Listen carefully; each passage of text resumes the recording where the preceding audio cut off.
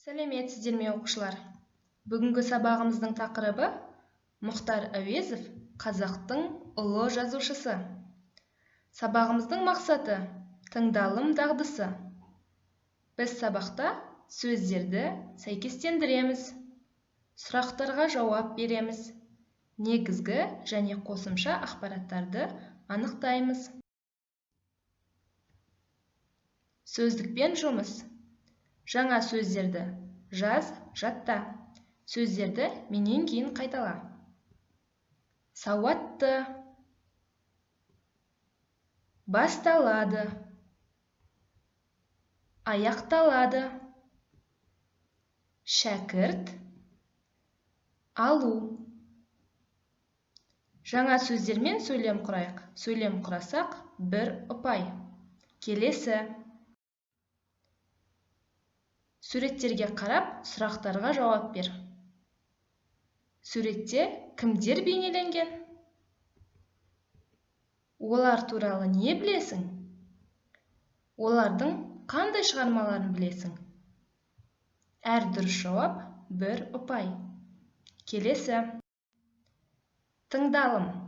Мәтінді мұқият тыңдап, сөздерді сәйкестендір.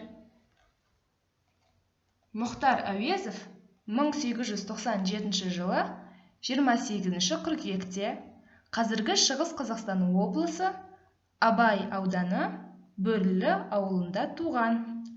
Әкесі Омархан мен атасы Әуез сауатты кісілер. Мұхтарды атасы Әуез бен әжесі дінасыл тәрбиелеген. Мұхтардың атасы Абай ауылымен сыйлас болған. Үнемі хабарласып, араласып отырған.